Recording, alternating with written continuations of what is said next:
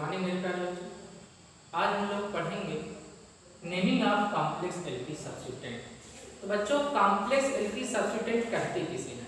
जब main carbon chain से और कोई सब्स्टिट्यूटेंट कार्बन चेन वाला एक से अधिक कार्बन के साथ मौजूद हो, तो ऐसे सब्स्टिट्यूटेंट को कॉम्प्लेक्स सब्स्टिट्यूटेंट कहा जाता है। और जब भी कॉम्प्लेक्स सब्स्टिट्यूटेंट का नाम लिखा जाता है बच्चों, तो मेन चेन से जो कॉम्प्लेक्स सब्स्टिट्यूटेंट जुड़ा हुआ है उसको गिनती 1 डाला जाता है और उसका नाम ब्रैकेट में लिखा जाता है। जैसे हम एक बार पढ़ लेते हैं, when the substituent on the main chain has itself branched chain, it named as substituted alkyl group and its carbon chain is separately named numbered in such a way that the carbon atom directly attached to the main chain is given number 1 and the complex substituent name written in bracket। जैसे बच्चों ये हमारा main chain हो गया, ये हमारा main chain हो गया, मेन चेन ये हो गया आपका। अब देखो 1 2 3 4 5 6 7 8 गिनती कहाँ 10 से चलोगे तो चौथे नंबर पे ये आपका साइड चेन हो गया। 1 2 3 4 तो कहीं भी जा रहे हो तो गिनती आप 4 ही नंबर पे आ रहा है, साथ है ना, है ना? 1 2 3 4 यहाँ चलो 1 2 3 4 है ना। चौथे नंबर पे ही तो कॉम्प्लेक्स मतलब आपका साइड चेन आ रहा है। गिनती कहीं से भी डालो, यहाँ से डाल दे रहे 1 2 3 4 5 6 7। अब ये जो मेन चेन से कार्बन लगा हुआ है, इस कार्बन से भी अलग अलग साइड चेन निकले हुए हैं, अलग अलग कार्बन चेन जुड़ी हुई हैं। तो ऐसे सब्स्टिट्यूटेंट को ही बच्चों कॉम्प्लेक्स सब्स्टिट्यूटेंट कहा जाता है। ये आपका कॉम्प्लेक्स सब्स्टिट्यूटेंट है।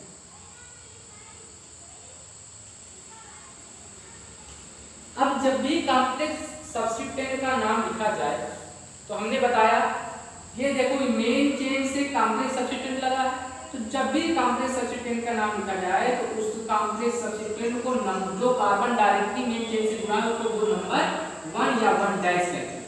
1 डैश अलग कर देते हैं ताकि दिखे। अब जिधर कार्बन की ज्यादा हो उधर चलते हैं, चाहे नीचे जाओ चाहे ऊपर जाओ, चाहे इधर जाओ चाहे इधर, तो 1 और 2 है। तो पहले देखो इस मेन चेन से किस नंबर पे साइड चेन लगा है? चौथे नंबर। और मैंने बताया जब कॉम्प्लेक्स सब्स्टिट्यूटेंट का नाम अब लिखना है तो किसमें लिखना है? ब्रैकेट में। अब इस एक नंबर से एक साइड चेन ये लगा है कि नहीं लगा है? लगा, एक से ही जुड़ा, तो इसका नाम हो जाएगा मेथिल। मेथिल ये तो है, तो लिखोगे 1 डैश मेथिल।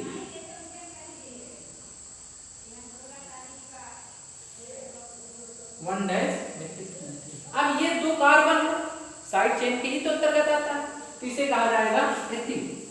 क्या कहा जाएगा? एथिल। अब कितने कार्बन? 7 कार्बन का है,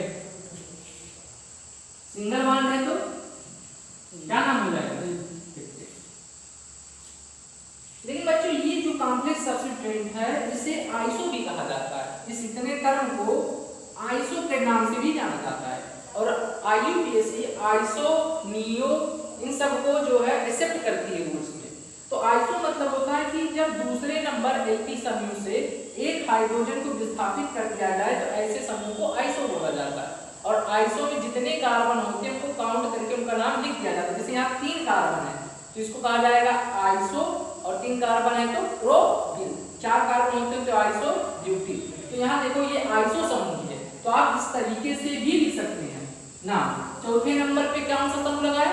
आइसो, तो क्या हो जाएगा? 4 आइसो, 3 कार्बन है तो प्रोपिल, 4 आइसो प्रोपिल, और 7 कार्बन है तो प्रोपेन। ये दोनों इसका नाम सही माना जाएगा।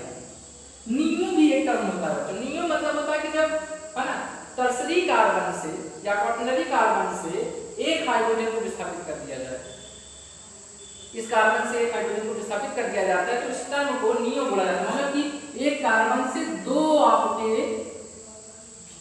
एल्किल समूह जुड़े हैं, उसे बोला जाता है नियो बोला जाता है। अब यहाँ भी देखो बच्चों, इसका हमें करना है तो मेन चेन हमारी यही जाएगी 1 2 3 4 5 6 7 8 9, यही हो जाएगी। इधर से गिनती करो 1 2 3 4 5, इधर से करो 1 2 3 4 5, 1 2 3 4 5 6 7 8 9 कार्बन। अब इस 5 कार्बन से कार्बन के अंदर चैन पाया जा रहा है, तो ये क्या कहलाएगा आपका? कॉम्प्लेक्स सब्स्टिट्यूएंट कहलाएगा। क्या कहलाएगा बच्चों? ये हमारा हो गया कॉम्प्लेक्स सब्स्टिट्यूएंट। तो हमने बताया कॉम्प्लेक्स सब्स्टिट्यूएंट किस नंबर से जुड़ा? मेन चेन के किस नंबर से जुड़ा है? 5वें नंबर से जुड़ा है। तो यहाँ बच्चों लिखोगे 5। इसके बाद जो कॉम्प्लेक्स सब्स्टिट्यूएंट है उसका नाम ब्रैकेट में लिखा जाता है, तो ब्रैकेट लगा दो।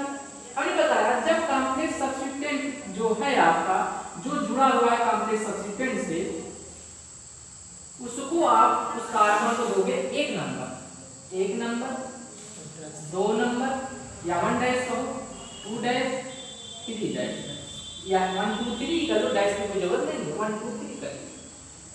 इसमें भी अधिक कार्बन की तरफ जाना है। अब बच्चों इस दूसरे नंबर पे क्या लगा है? मेथिल लगा हुआ है। दूसरे नंबर से क्या जुड़ा हुआ है? मेथिल लगा हुआ है। 2 डैश से क्या जुड़ा हुआ है? एक साइड चेन जुड़ा है ना, इसे क्या कहते हैं? मेथिल कहते हैं। तो हो जाएगा 2 डैश मेथिल। और टोटल कितने कार्बन इसमें भी? 3 कार्बन। इसे कहा जाएगा प्रोपीन। क्या कहा जाएगा? प्रोपीन। ब्रैकेट बंद कर लो। कितने कार्बन है बच्चों? 9 कार्बन। 9 कार्बन नाम होता है नोन, सिंगल बॉन्ड है। अथवा इसका नाम आप एक तरीके से और लिख सकते हैं कॉमन नेम के तरीके से। तो बच्चों ये आइसो समूह दिख रहा है, लेकिन कितने कार्बन है? 1 2 3 4, क्योंकि कॉमन नेम लिखते समय सभी कार्बन को काउंट किया जाता है और ये समूह आइसो कहलाएगा। तो 4 कार्बन है, तो इसका नाम लोग ऐसे लिख सकते हैं 5 आइसो ब्यूटिल, 5 आइसो ब्यूटिल। कितने कार्बन है टोटल? 9 कार्बन नाम क्या हो जाएगा? नोन, सिंगल बॉन्ड है तो बच्चों कॉम्प्लेक्स सब्स्टिट्यूएंट का नाम लिखना बड़ा ही सरल है। क्या करना है आपको? मेन चेन ले लेना है, मेन चेन से जो कार्बन जुड़ा हो उसको 1 डिग्री दो और अधिक कार्बन की तरफ चलते जाओ। जितने कार्बन हो जाए उससे जो साइड चेन जुड़ा हो सबसे पहले उसका नाम लिखो। इसके बाद जितने कार्बन गिने हो, काउंट किए हो, उनका नाम लिखो। इसके बाद ब्रैकेट बंद कर दो, जितने कार्बन उनका नाम लिख दो। इस तरीके से कॉम्प्लेक्स सब्स्टिट्यूएंट का नाम लिखा जाता है। बच्चों जब भी कॉम्प्लेक्स सब्स्टिट्यूएंट का नाम लिखें तो अल्फाबेटिकल ऑर्डर में लिखें। और ध्यान रहे जब अल्फाबेटिकल ऑर्डर में आप उस कॉम्प्लेक्स सब्स्टिट्यूएंट का नाम लिखें तो उस लेटर को, पहले लेटर को देख लें कि पहला लेटर है क्या, और उस पूरे लेटर के साथ मिलाकर हमेशा आप कॉम्प्लेक्स सब्स्टिट्यूएंट का पूरा नाम लिखेंगे। While deciding the alphabetical order of the various substituent, the name of complex substituent is considered to begin with the first letter of its complete name. मतलब जब भी आप नाम लिखें तो अल्फाबेटिकल ऑर्डर में, तो कंप्लीट नेम के साथ अल्फाबेटिकल ऑर्डर में उसका नाम लिखेंगे। तो सबसे पहले जो हम यहाँ देखेंगे इसका नाम लिखेंगे। यहाँ बच्चों दूसरे नंबर पे साइड चेन लगा, यहाँ तीसरे नंबर पे साइड चेन मिल रहा, तो कहाँ से गिनती डालेंगे? हाँ, जहाँ से पहले बढ़ जाए, फर्स्ट पॉइंट डिफरेंस रूल। यहाँ गिनती डाल दिए 1 2 3 4 5 6 7 8 9। ये हमारा मेन चेन हो गया। और मेन चेन से जो अटैच है वो क्या कहलाएगा? Side chain. ये आपका सब्स्टिट्यूएंट हो गया साइड चेन। ये भी साइड चेन दिख रहा है हमें, ये भी साइड चेन और ये साइड चेन। लेकिन ये साइड चेन देखो कॉम्प्लेक्स दिख रहा है क्योंकि ये कार्बन से और भी साइड चेन जुड़ी हुई है, तो ये हमारा कॉम्प्लेक्स सब्स्टिट्यूएंट कहलाएगा। ये कॉम्प्लेक्स साइड चेन कहलाएगा। हमने CS लिख दिया, CS मतलब कॉम्प्लेक्स सब्स्टिट्यूएंट या कॉम्प्लेक्स साइड चेन। अब बच्चों सबसे पहले हमने बताया कि जब भी कॉम्प्लेक्स सब्स्टिट्यूएंट का नाम लिखें तो अल्फाबेटिकल ऑर्डर में देखें। इस कॉम्प्लेक्स, ये भी साइड चेन है लेकिन कॉम्प्लेक्स नहीं, ये मिथिल है और ये मेथिल है। ये कॉम्प्लेक्स सब्स्टिट्यूएंट है और ये भी कॉम्प्लेक्स सब्स्टिट्यूएंट में इसका नाम पहले जो है हम लोग 2 तरीके से कर सकते हैं। तो पहले क्या करेंगे कि कॉम्प्लेक्स सब्स्टिट्यूएंट का जब नाम लिखते हैं तो क्या करते हैं, उसको जो मेन चेन से जो जुड़ा होता है उसे कितने नंबर देते हैं? 1 नंबर, फिर 1 डैश दो, फिर अधिक की तरफ चलेंगे ना 2 डैश और ये 3 डैश। इस तरीके से जो है हम लोग नाम लिखते थे, 1 डैश 2 डैश और ये 3 डैश हो गया। अब इसका जो है नाम देखो बच्चों, ये जो है कॉम्प्लेक्स सब्स्टिट्यूएंट जो है इसका नाम है सेकेंडरी ब्यूटिल। सेकेंडरी ब्यूटिल इसका नाम है। कॉमन नेम सेकेंडरी ब्यूटिल मतलब क्या होता है, जैसे कि अगर से ब्यूटेन में से जो कार्बन जितने कार्बन से जुड़ा होता है वही उसकी डिग्री कहलाती है। जैसे ये कार्बन इस कार्बन से जुड़ा है, एक कार्बन से 1 डिग्री कहा जाएगा। ये कार्बन एक इस कार्बन से जुड़ा है, एक इस कार्बन जुड़ा, तो ये 2 डिग्री का कहलाएगा। तो अगर से दूसरे नंबर से हाइड्रोजन को विस्थापित कर दिया जाए, यहां से हाइड्रोजन को हटा दें और इसको किसी चैन से जोड़ दें, इसे बोला जाएगा सेकेंडरी, मतलब इससे बोला जाएगा सेकेंडरी। तो ये आपका यहाँ से काट दिया, किसका नाम हो जाएगा सेकेंडरी, और ये साइड चेन हो जाएगा तो इसका नाम हो जाएगा सेकेंडरी ब्यूटिल। तो यहाँ हमारा यही हुआ है, ये सेकेंडरी ब्यूटिल हुआ है। तो अब इसको जो है हम लोग नाम कैसे लिखेंगे, 5वें नंबर पे लगा है क्या, सेकेंडरी ब्यूटिल। तो 5, और हमने बताया कॉम्प्लेक्स किसमें लिखते हैं, ब्रैकेट में डैश है ना, 5 डैश मतलब जब डैश ना लगा 5 सेकेंडरी ब्यूटिल लगा दे। इस तरीके से भी नाम लिख सकते हैं कॉमन में, 5 सेकेंडरी ब्यूटिल, सेकेंडरी ब्यूटिल। अब ये देखो मेथिल है, दूसरे नंबर पे मेथिल और 7वें नंबर पे, तो 2,7 डाई मेथिल, 2,7 डाई मेथिल। कितने कार्बन है बच्चों, 9 कार्बन, 9 कार्बन नाम, ये इसका नाम है। इस तरीके से भी आप कर सकते हैं। अगर आप कॉमन नेम नहीं लिखना चाहते सेकेंडरी ब्यूटिल का, तो इस तरीके से करें।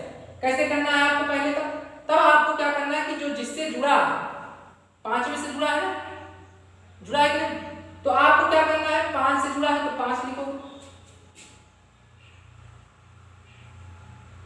ब्रैकेट लगाओ। अब देखो 1 2 3, एक नंबर से क्या लगा है, मेथिल, और फिर क्या लगा है 1 2 3 प्रोपिल, तो 1 डैश मेथिल प्रोपिल। अभी तो साइड चेन भी तो बचा है, 2 और 7 डाई मेथिल। कितने कार्बन है, 9, तो हो जाएगा मोनिक। ये हमारा जो है किसी नेम हो जाएगा। लेकिन बच्चों हमने बताया कि जब भी आप नाम लिखेंगे तो अल्फाबेटिकल ऑर्डर में, तो यहाँ पर मेथिल N आ रहा है और यहाँ D आ रहा है, तो इंग्लिश के अल्फाबेट में पहले कौन आएगा, D आएगा। तो यहाँ 2,7 डाई मेथिल को आपको पहले लिखना पड़ेगा। तो ये 2,7 डाई मेथिल जो है यहाँ लिखना पड़ेगा तब, क्योंकि हमने बताया अल्फाबेटिकल ऑर्डर में लिखेंगे। तो यहाँ हो जाएगा 2,7 डाई मेथिल। अब यहाँ जो है आप 5 डैश कर सकते हैं, 2,7 di methyl 5 dash 1 methyl propyl nonate. क्योंकि अल्फाबेट में जब भी लिखना है तो आपको अच्छा क्या करना पड़ेगा, मिलाना पड़ेगा। समझ में आया, हाँ कर लो बच्चों। यहाँ भी देखो थोड़ा सा हमने गलती कर दिया, यहाँ पर भी हमने बताया कि जब भी लिखो अल्फाबेट में, तो यहाँ सेकेंडरी S से आ रहा है और यहाँ पर जो है डाई D से आ रहा है। तो अल्फाबेट में पहले D आता है, तो ये 2,7 डाई मेथिल को आगे कर देना और सेकेंडरी को पीछे कर देना। तो इस तरीके से हो जाएगा, थोड़ा सा गलती हो गया यहाँ पर, तो हम इसको ऐसे लिख सकते हैं 2,7 डाई मेथिल। अब इसके बाद ब्रैकेट नहीं, क्योंकि कॉमन नहीं लिख रहे हैं, सेकेंडरी किस नंबर पे है 5 पे, तो 5 सेकेंडरी ब्यूटिल। तो कितने हैं बच्चों, 9 कार्बन मोनिक। क्योंकि अल्फाबेट में भी आपको कंसीडर करना पड़ेगा, देखना पड़ेगा कौन पहले आ रहा है। समझ में आया, क्योंकि यहाँ सेकेंडरी S से शुरू हो रहा है और डाई D से शुरू हो रहा है, तो D को कंसीडर तो किया जाएगा।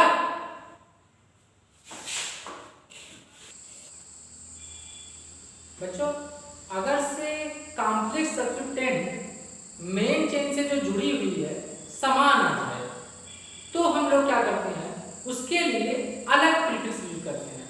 अगर वो कॉम्प्लेक्स सब्स्टिट्यूएंट 2 बार आई है समान, उसके लिए 20 लिखते हैं, 3 बार आई है तो 30 लिखते हैं, 4 बार आई है तो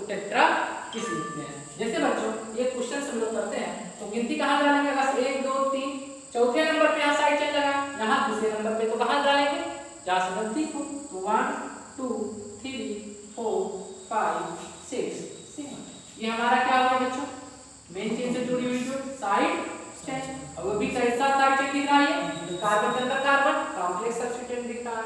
तो सबसे पहले बच्चों ये भी एक आपका साइड चेन लगा हुआ है, तो ये साइड चेन जो है आपका मेथिल जो है, ये M मेथिल है ना, ये साइड चेन आपका मेथिल है।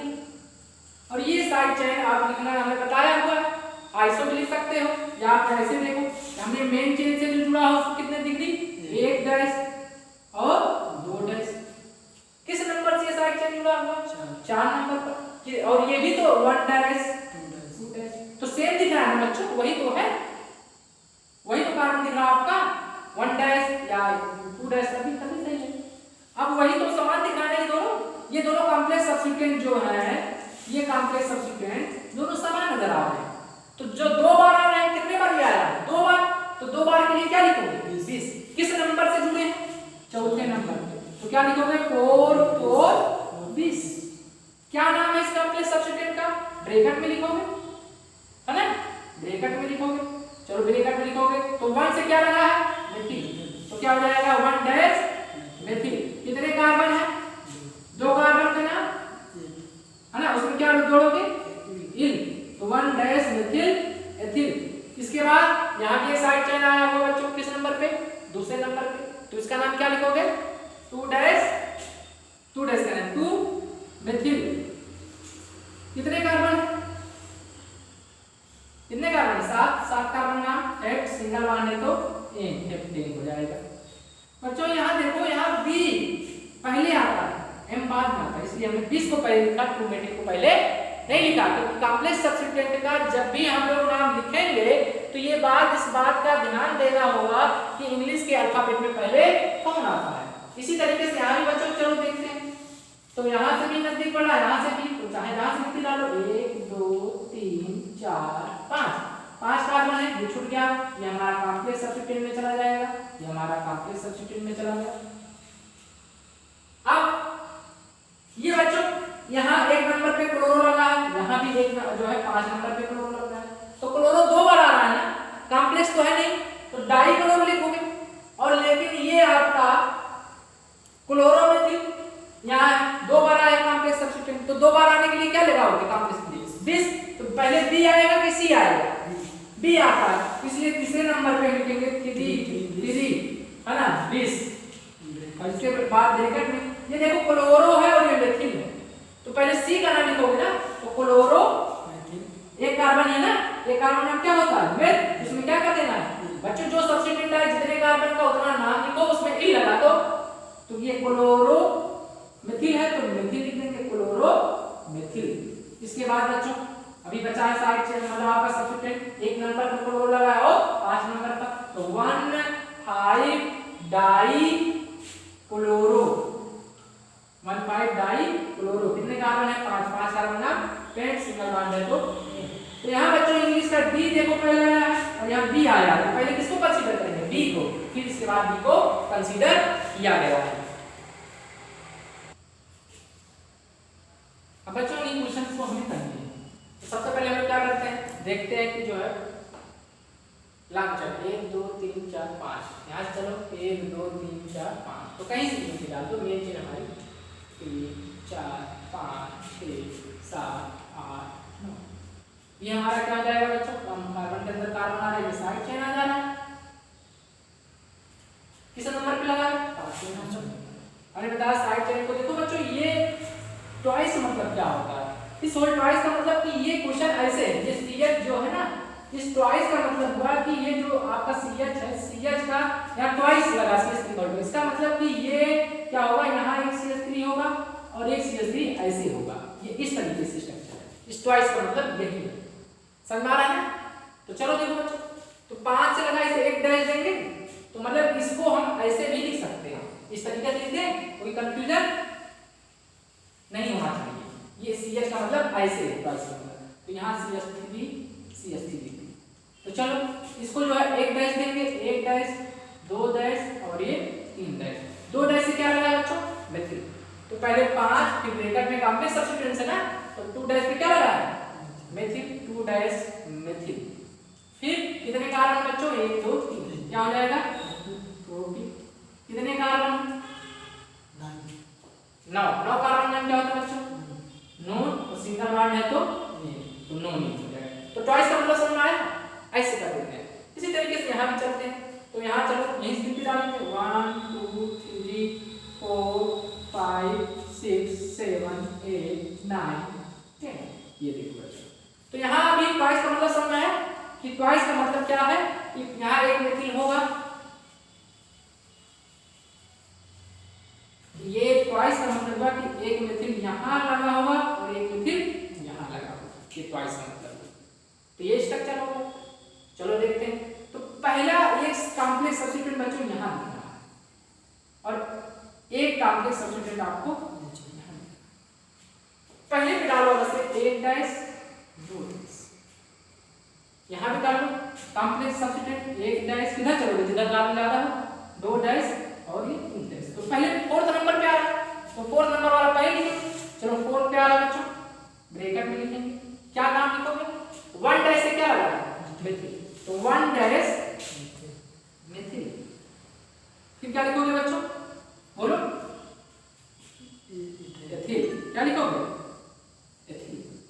फिर 5वें नंबर पे कॉम्प्लेक्स सब्स्टिट्यूएंट आ रहा है, ठीक, फिर ब्रैकेट लगाओ। चलो 1 डैश पे क्या लगा है मेथिल,